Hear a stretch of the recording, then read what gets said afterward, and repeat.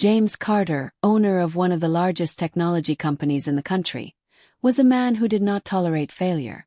Success was a matter of control, of keeping everything tightly reined and predictable, every piece in its proper place, playing the role he had assigned.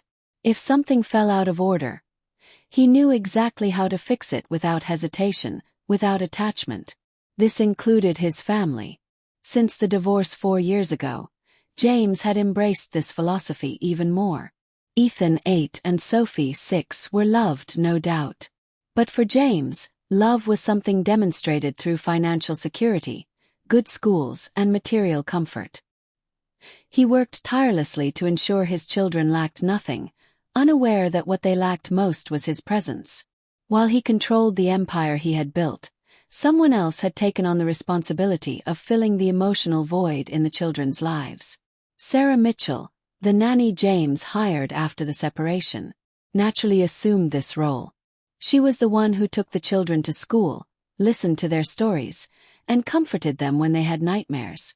Without James realizing it, Sarah had become the safe harbor his children so desperately needed. In the first few months after hiring her, James thought Sarah was just doing her job. He saw her as efficient, responsible, and discreet, exactly what he looked for in an employee, but over time, he noticed something that began to deeply bother him. Sarah and the children were becoming too close. Sophie called her Aunt Sarah, and Ethan trusted her more than he trusted him, his own father. James watched this from a distance, irritated but not acting. He knew something needed to be done, but he didn't have the time or patience to deal with emotional issues. Besides, he didn't have the tools for it. He was a man of action, not feelings. One afternoon, while reviewing reports in his home office, James heard laughter coming from the garden.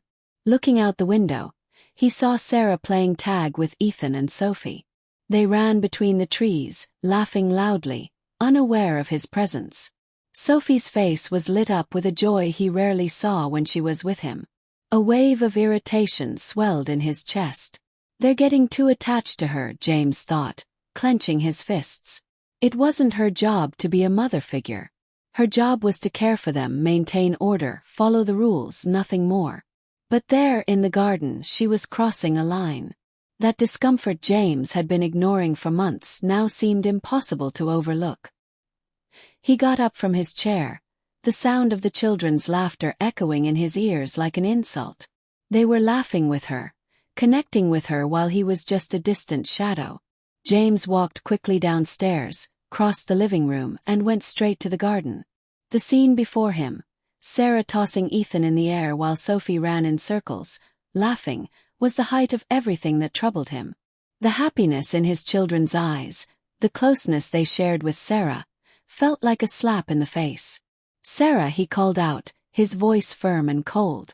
Sarah, hearing his voice, immediately stopped, gently lowering Ethan back to the ground. The children were confused but quickly sensed the seriousness in their father's face. "What do you think you're doing?" James asked, his anger controlled but simmering beneath the surface. Sarah opened her mouth to respond, but he raised his hand, silencing her. "I am the father of these children," he said, stepping closer. "And you are just the nanny. Your job is to take care of them, not get close as if you're family. Let go of my children." The words, though calm, cut through the air like blades. Sarah tried to maintain her composure, but it was clear how hurt she was. Ethan and Sophie looked at their father, not understanding why he was so angry. "Mr. Carter," Sarah began, her voice trembling. "I was just playing with them, I swear." "I don't pay you to play with my children, Sarah," he interrupted, the coldness in his eyes intensifying. "I pay you to do your job, and that means maintaining a professional distance. If you can't do that, then we don't need you here anymore." There was a heavy silence. The children, who had been having fun just minutes before, now looked terrified.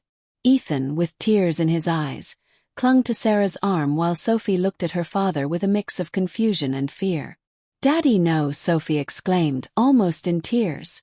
"Please don't send Aunt Sarah away." Those words tore at Sarah's heart.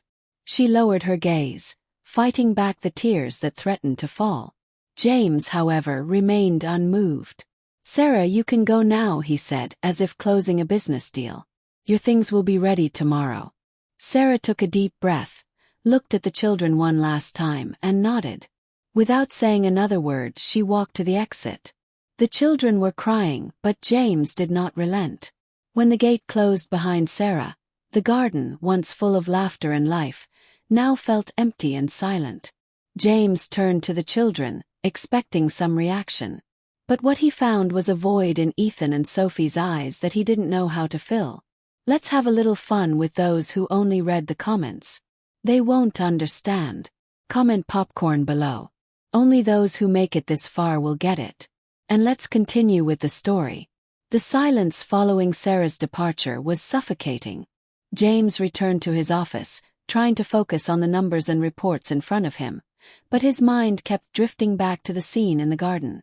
The way his children ran into Sarah's arms, the laughter he rarely heard when he was around, it all deeply irritated him. However, the irritation wasn't just with Sarah. Deep down, though he didn't want to admit it, James was upset with himself. He, their father, couldn't bring his children the kind of joy and comfort that the nanny, a mere employee, could. But as always, he masked his feelings with a layer of coldness and conviction that he had made the right decision. Night fell, and the house was immersed in an oppressive silence. James could no longer bear the quiet that only emphasized the void left by Sarah's absence. When he called the children for dinner, he hoped their resistance would be temporary, but what he encountered in the dining room was disturbing. Sophie and Ethan sat at the table, their eyes red from crying. They said nothing. They simply poked at the food on their plates listlessly, as if their appetite had disappeared along with Sarah. James cleared his throat, trying to break the ice. "How was school today?" he asked, his voice softer than usual, perhaps an attempt to return things to normal. Neither of them responded.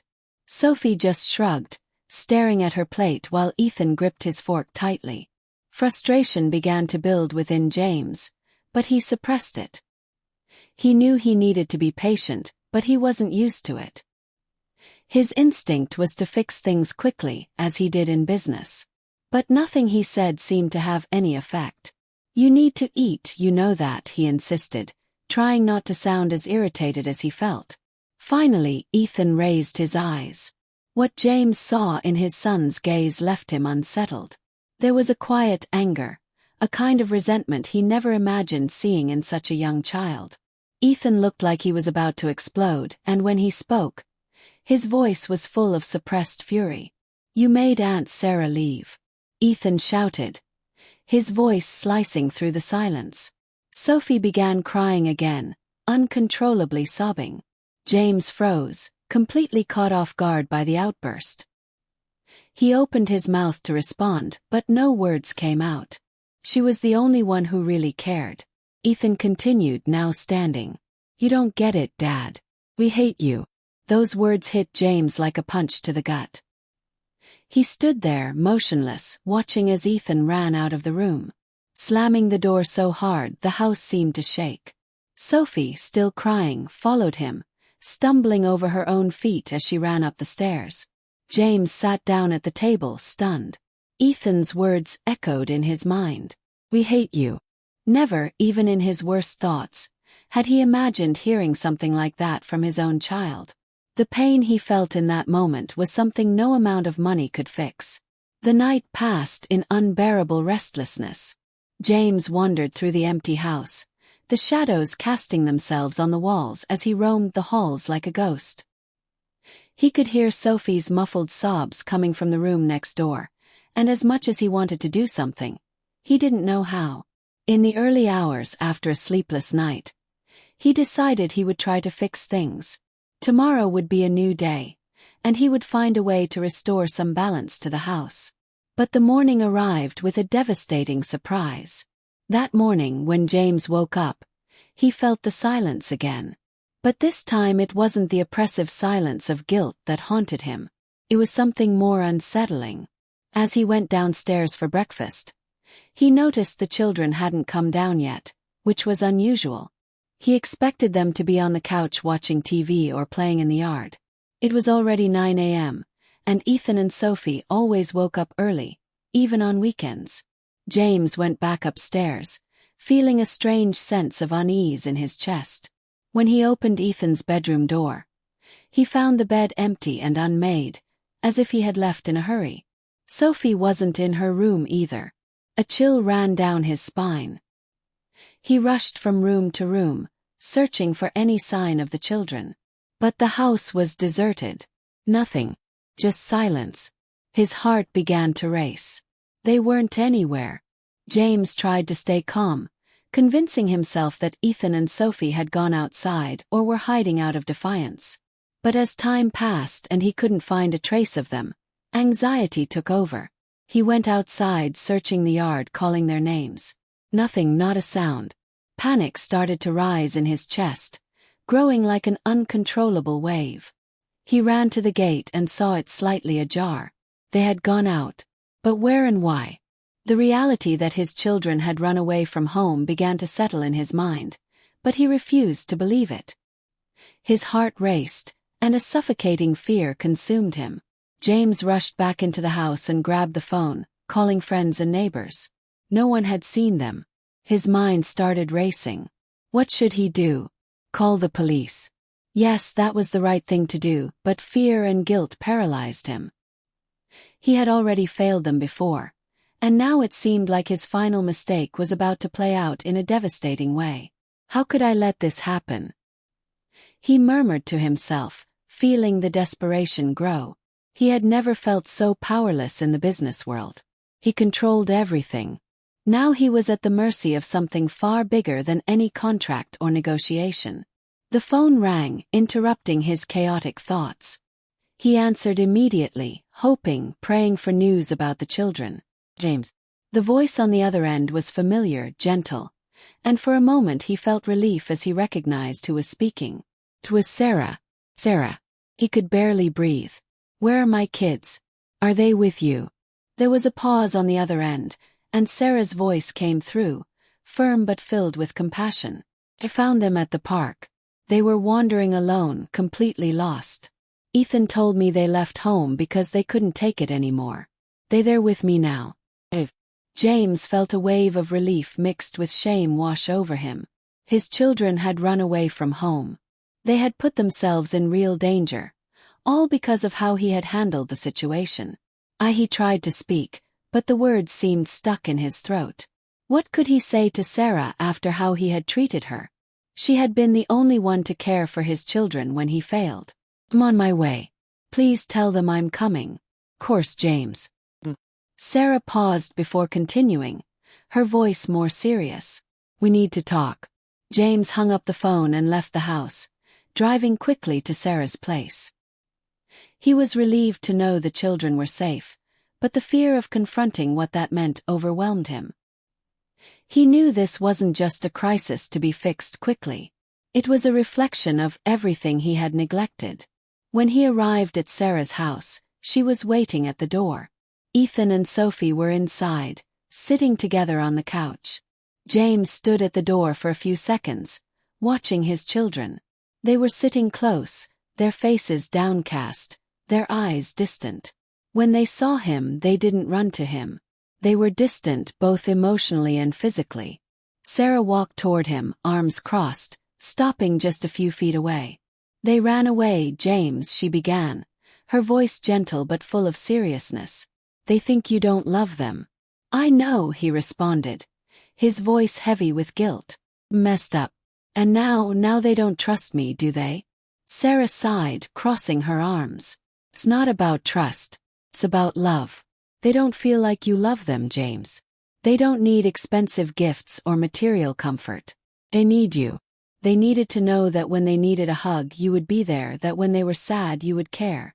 But you were always distant. I'll change, he said at last, with a conviction he had never felt before. I know I can't fix this overnight, but I'll do whatever it takes. Sarah watched him for a moment, as if she was trying to gauge the sincerity of his words. Then she nodded slightly. They need to hear it from you, she said, stepping aside to let him in. For the first time in a long while, James had no control. He didn't have the answers, and in that moment he realized that for his children, it was never about money or power. They just wanted love, something he had neglected for so long. James entered Sarah's house with a heavy heart. The silence here was different from the one in his mansion. There was a sense of warmth, of comfort. Even after the chaos of the day, Sarah's house radiated a peace he couldn't find at home. As he walked through the door, his eyes landed on Ethan and Sophie, sitting on the couch, holding each other. Their faces were streaked with tears, and the way they looked at him made his chest tighten.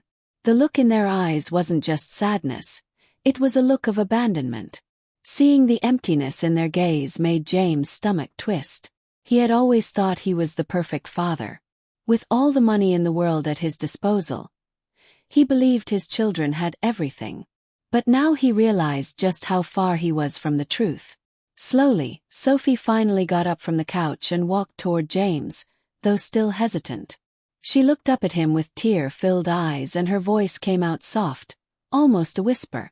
Do you really promise you won't leave us alone again? Well, James felt the weight of her question crushing his heart. How could he have let his daughter believe that he had abandoned them? That was the image he had given them. A distant father, unable to love. Sophie's tears reflected the deep pain he had caused, and he knew he needed to do more than offer empty promises. I promise, Sophie, he said, his voice thick with emotion. I will never let you feel this way again. Never. She hesitated, but finally leaned toward him, wrapping her arms around his neck, and the he heard in his ear was both a plea for forgiveness and a request for love. He hugged her tightly, not wanting to let go, as if that moment was his last chance to make things right. In that tight embrace, James felt the full weight of what was at stake. Ethan still stayed distant, watching the scene cautiously. The hurt in his eyes was undeniable, and James knew that winning his son back would be a much more delicate process. Ethan didn't want words. He wanted action. He wanted proof that his father wouldn't let them down again. Ethan, James started, unsure of how to bridge the gap between them. I know you're hurt. I know I've failed you and your sister, but I'm here to change that, and I'll do whatever it takes to earn your trust back. Ethan crossed his arms, clearly still resistant. The anger was still boiling inside him, mixed with the fear of believing his father and being let down again. He looked at James. His eyes narrowed, filled with a resentment that would break any father's heart. You always say that, Dad, Ethan murmured. You always say you'll change, but you never do. Those words hit James like a heavy burden. There was no denying that Ethan was right.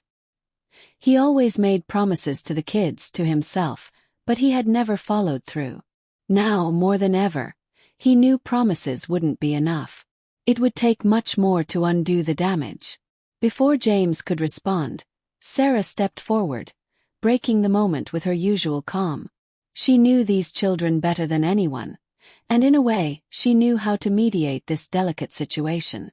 Ethan, your dad is trying, Sarah said, her voice firm but kind.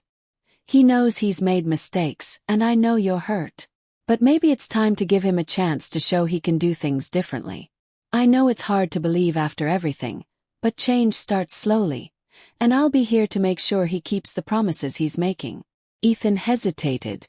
Sarah's words had always been a source of balance in his and Sophie's life, and seeing her standing alongside his dad, mediating this reconciliation made Ethan's resentment waver a little. He was still hurt, but he started to see that maybe, just maybe, there was a possibility for change. James, aware that he had a unique opportunity, slowly approached Ethan, and this time he didn't try to hug him. He simply knelt in front of his son, looking him in the eyes. I know words aren't enough, James said calmly, trying to contain the overwhelming emotion. But I'm here, and I'll be here every day until you feel like you can trust me again. I won't give up on you. Not this time. Silence hung in the air for a moment. And James waited, feeling the weight of Ethan's decision. Then, slowly, the boy uncrossed his arms without saying a word and took a small step toward his father.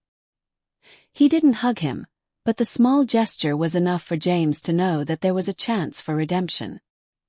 He gave Ethan a small smile, a silent promise that everything would change from that moment on. Sarah watched relieved. She knew it wouldn't be easy. But seeing that small opening in Ethan's heart was enough to show that reconciliation, no matter how difficult, was possible.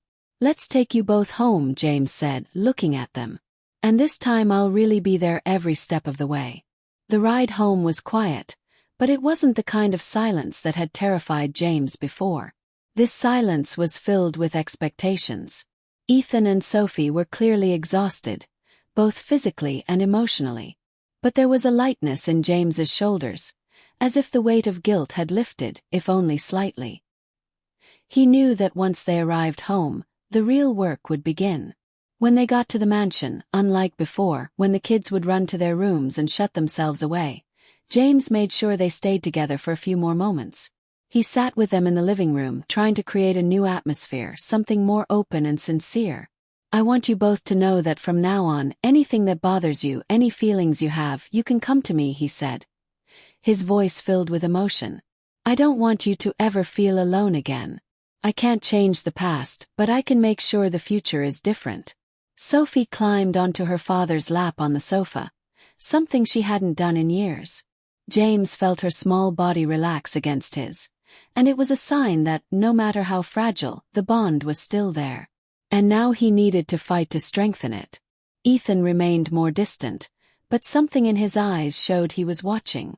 He wanted to believe, but there was still resistance. James knew the road with his son would be long, but he was ready to walk it step by step, until he proved he wouldn't fail again. As the children slowly drifted off to sleep, James stared at the ceiling of the living room, breathing deeply for the first time in weeks.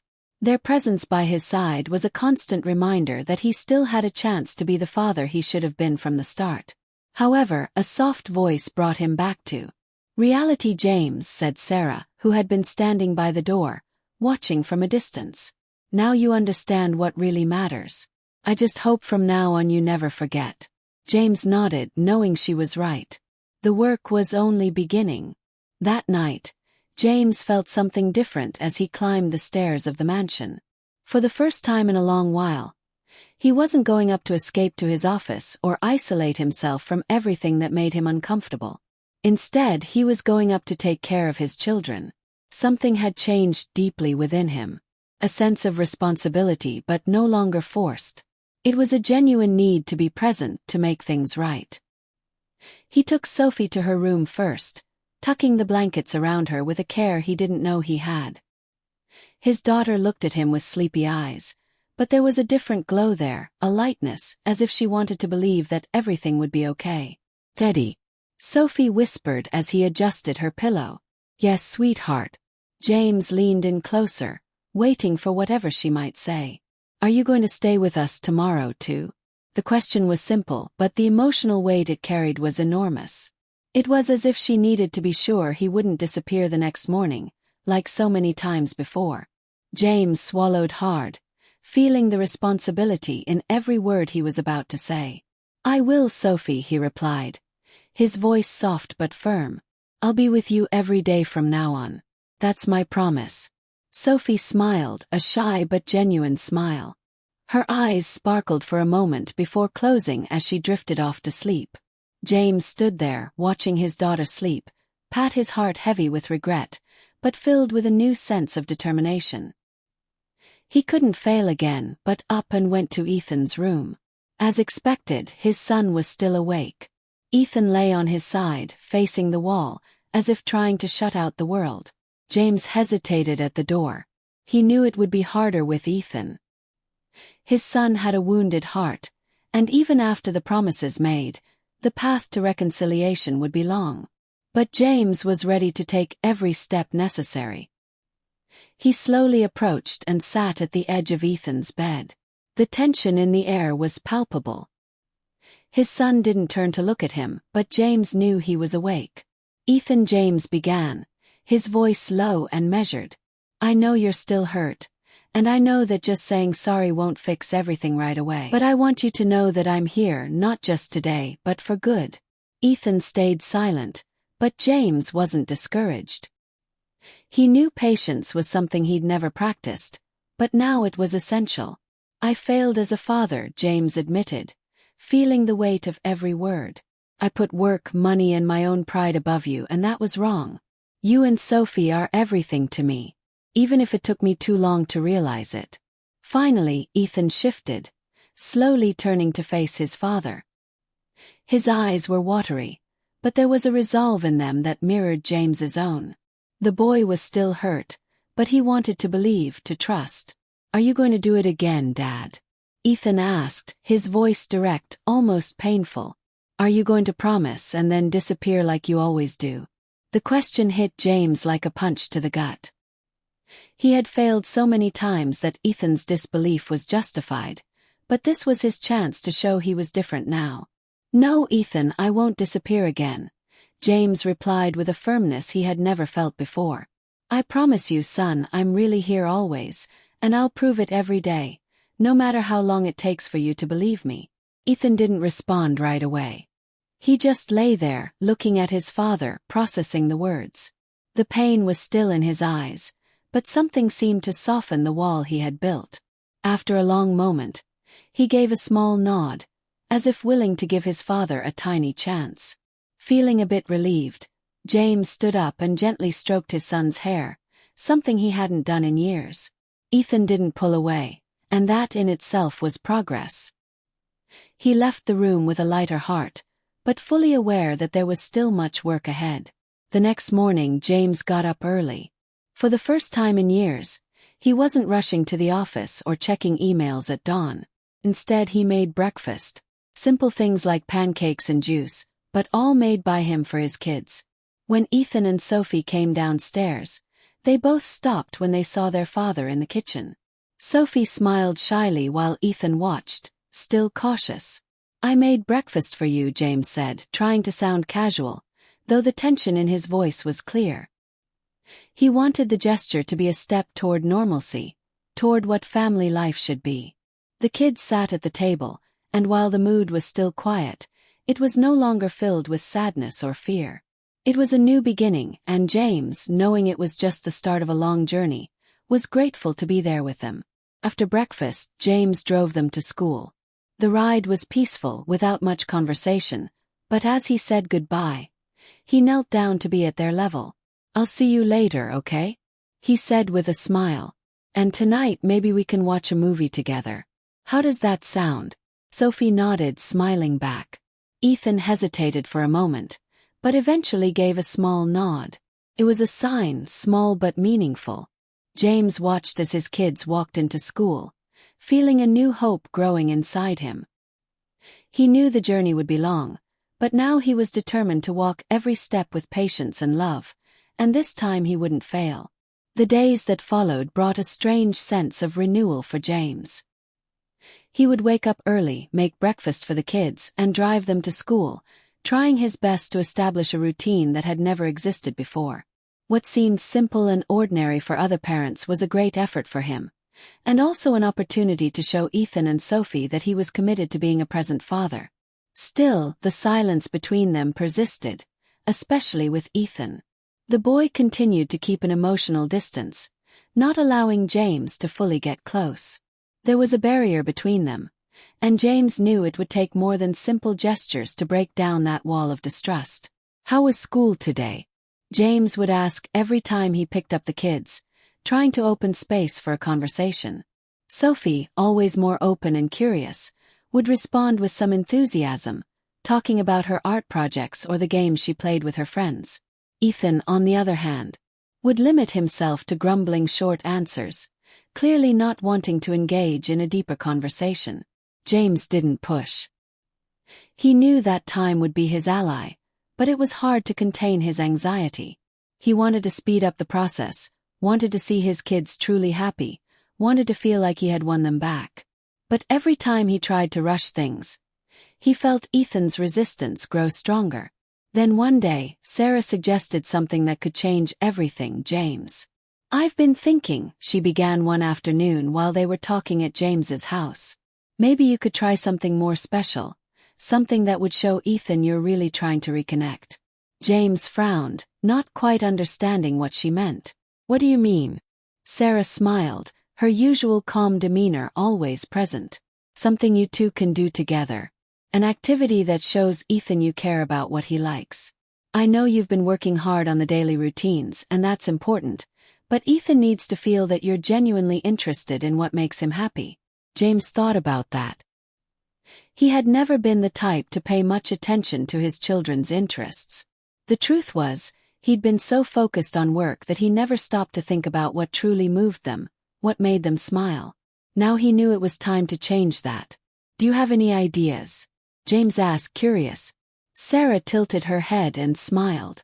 He's always loved building things, right? Maybe you could spend some time together building something. How about a model, or even that airplane project he never finished? James vaguely remembered the unfinished wooden airplane Ethan had tried to build months ago. The boy had lost interest, or maybe the encouragement, and the project had been forgotten on a shelf in his room. This could be a way to reconnect with him. I think that might work, James said, feeling a new sense of hope. I'll talk to him tonight. That evening after dinner, James knocked softly on Ethan's bedroom door, taking a deep breath before entering. He found his son sitting on the bed with a book in his hands. But when Ethan saw his father, he quickly closed the book and adopted a wary expression. Can I come in? James asked, feeling his nerves rise. Ethan shrugged without saying anything. But James understood that this was as close to permission as he would get. He stepped into the room, sat in the chair near the bed, and looked around, trying not to force the moment. I was thinking, he began, trying to sound casual. Do you remember that airplane model you started building? Ethan didn't respond right away, but a flicker of recognition crossed his face. James continued. I thought maybe we could try to finish it together. What do you think? Ethan finally looked at his father, his eyes assessing the offer. There was hesitation there, mixed with a curiosity he was trying to hide. You never wanted to build anything with me before, the boy said with a bluntness that broke James's heart. It was true. James had always prioritized work or other responsibilities, never setting aside time for these small activities that meant so much to Ethan. But he was determined to change that.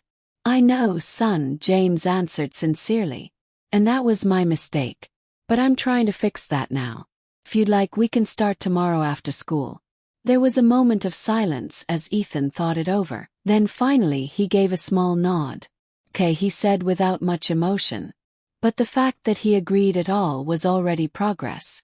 James felt a wave of relief, though he kept himself from showing too much enthusiasm. He knew he had to take it slow. It wouldn't be a simple model airplane that would solve all the issues between them. But it was a start, and that's what they needed. The next evening after dinner, James and Ethan sat together in the living room to work on the model airplane. The wooden pieces were spread across the table, and the soft light from the lamp illuminated the scene. Sophie, curious, hovered around for a while, but soon lost interest and went to play in her room. At first, the silence between James and Ethan was almost uncomfortable, but little by little, as the instructions were read and the pieces were fitted together, the atmosphere began to ease. Ethan seemed more focused on the project than on avoiding his father, and that in itself was a sign of progress. I think this piece goes here, James said, pointing to one of the larger parts. Ethan quickly corrected him, showing where it should actually go. James smiled, accepting the correction with humility. It was a small victory. As time passed, the tension between them lessened. Though they still weren't talking openly about their feelings, there was a new dynamic. They were working together, and for the first time, James felt like they were building more than just a plane. They were building the trust that had been so absent between them. By the end of the night, the airplane was still unfinished, but the project now had a different meaning. James felt a spark of hope, small but alive. The months that followed brought profound changes to James Carter and his family. The mansion, once so cold and quiet, was now filled with the sound of children's laughter, lively conversations, and an energy that had never existed before. James was present, both physically and emotionally, keeping his promise to be the father Ethan and Sophie needed. They had come a long way, but the constant effort to regain his children's trust was paying off. Ethan, who once barely looked at his father, was now more open. The model airplane they built together had become a significant symbol in their lives, displayed in the living room as a tangible reminder of their connection. Sophie, always affectionate and talkative, now radiated happiness and joy, running into her father's arms at the end of each day, sharing stories and filling the house with her infectious laughter. But beyond his relationship with the children, James began to realize that his personal transformation went beyond fatherhood. He started seeing Sarah in a different light, not just as the nanny who saved his family, but as someone who had become essential to all of them, including him. Sarah had always been the silent support, the constant presence that kept Ethan and Sophie strong during the toughest times. And now James couldn't deny what he was feeling for her one day. While they were all in the kitchen preparing breakfast, something that had become a family routine, Sophie, always the curious one, asked a question that caught everyone by surprise.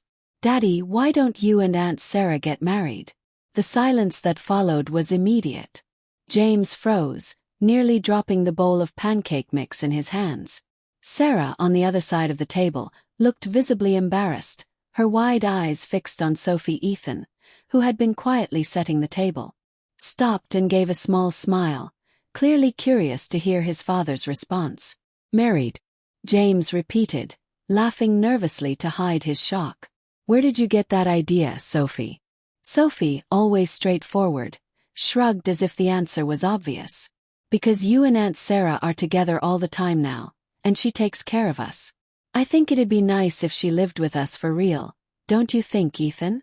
Ethan looked at his sister, then at his father, and nodded with a shy smile. James was at a loss for words. He exchanged a quick glance with Sarah, who looked equally stunned. But in that brief moment when their eyes met, there was a silent understanding, something that had always been there, but both had avoided facing. James smiled, trying to change the subject, but Sophie's comment lingered in his mind for the rest of the day. No matter how much he tried to push it aside, a new thought began to take shape. What if Sophie was right? What if Sarah was more than just the woman who held his family together during the hardest times? What if she was the missing piece to complete his life? That night, after putting Ethan and Sophie to bed, James went down to the kitchen where Sarah was finishing cleaning up. Nervousness was building inside him. He knew he needed to talk about how he felt, but wasn't sure how to begin. "Sarah, we need to talk," he said, approaching slowly. She stopped what she was doing and looked at him, sensing the seriousness in his voice. "Sure, James, what's going on?" Sarah replied, trying to hide the slight tension in her voice. James took a deep breath, trying to organize his thoughts. He knew he couldn't keep ignoring his feelings. "I've been thinking a lot," he began, looking at the floor before gathering the courage to face her about what Sophie said earlier today. Sarah smiled nervously. "Oh, that. It was just a child's question. You know how they are, always curious." She tried, clearly uncomfortable. "Maybe it makes more sense than we think." James interrupted, his voice low but steady. Sarah remained silent, confused as he continued. "I never thanked you enough for everything you've done for me and my kids. When I was lost, you were there.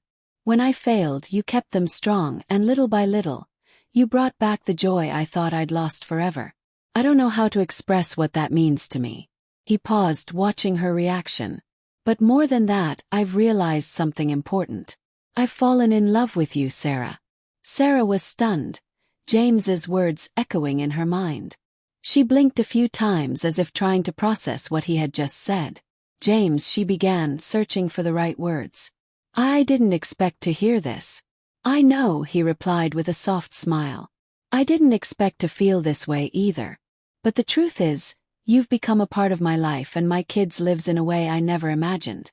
And now I can't picture a future without you." He paused, stepping closer. "Sarah, I want you to be part of my family, not just as the woman who helped raise my children but as someone I can share my life with. Will you marry me?" The silence that followed was filled with emotion. Sarah looked into James's eyes, feeling the tears begin to well up. She had never imagined that he would feel the same way about her. Her heart raced and a hesitant smile appeared on her lips. "James," she tried to speak, but the words were stuck in her throat. "I never thought this moment would come. I thought you were focused on reconnecting with your kids." And Sarah took a deep breath. "The truth is, I've always felt something for you, but I never believed it could be real." James gently held her hands.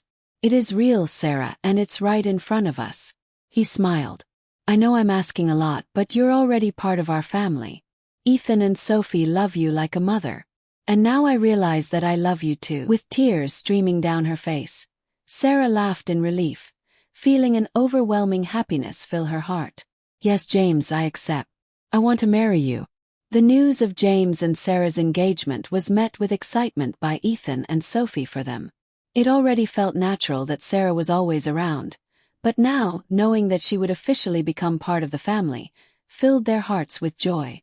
Sophie especially was thrilled about the idea of a wedding, helping to choose flowers and colors, while Ethan, more reserved, simply watched with a smile, content to see his family finally complete. The ceremony was simple, with only close friends and family. But for everyone there, especially for James, Sarah and the kids, the significance of that moment was enormous. The family that had been broken by James's absence and selfishness was now being rebuilt, not with wealth or empty promises, but with genuine love and reconciliation. That night, after the ceremony, James looked at his new wife and his children, feeling a peace he never thought possible. He was no longer the arrogant and distant man who once believed that money could fix everything. He had learned that the true value of life lies in relationships, in being present and in love. James Carter's journey teaches us a powerful lesson about the importance of reconnection and humility. For a long time, he believed that financial success and material stability were the only things his children needed. He thought that being absent but providing for them was enough to be considered a good father. But in truth, he was neglecting what mattered most: time, love, and attention. Through loss and reunion, James finally understood that the most valuable things in life cannot be bought with money, but are earned through presence, care, and understanding. He discovered that love doesn't need grand words or extravagant gestures. It shows itself in small, everyday actions, in the choices we make to be there for those we love. Sarah, in turn, showed James and his children that true love is patient, resilient, and unconditional. She stood by them, even when everything seemed lost, and helped James reconnect with what mattered most: his family. The lesson here is clear. The most valuable things in life cannot be bought or achieved through power or status. They are built with time, patience, and above all, love. It doesn't matter how many mistakes we've made in the past. There's always time to correct our path, as long as we're willing to listen, to learn, and to love sincerely. Love can heal wounds, rebuild bonds, and in the end, completely transform our lives. And what do you think? Did Sarah make the right choice marrying James even after being humiliated and mistreated? Share your thoughts in the comments. We'd love to know what you think. Your participation is so important to us. If this story touched your heart, don't forget to subscribe to the channel for more heartwarming stories like this one. Thank you for watching.